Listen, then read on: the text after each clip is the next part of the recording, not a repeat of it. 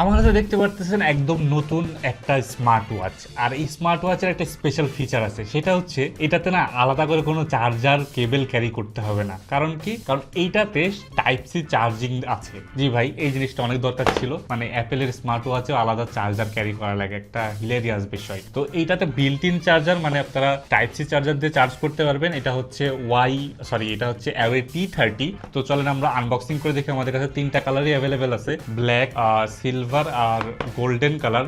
তো আমরা golden কালারেরটা unbox করে দেখি যে এটা কেমন।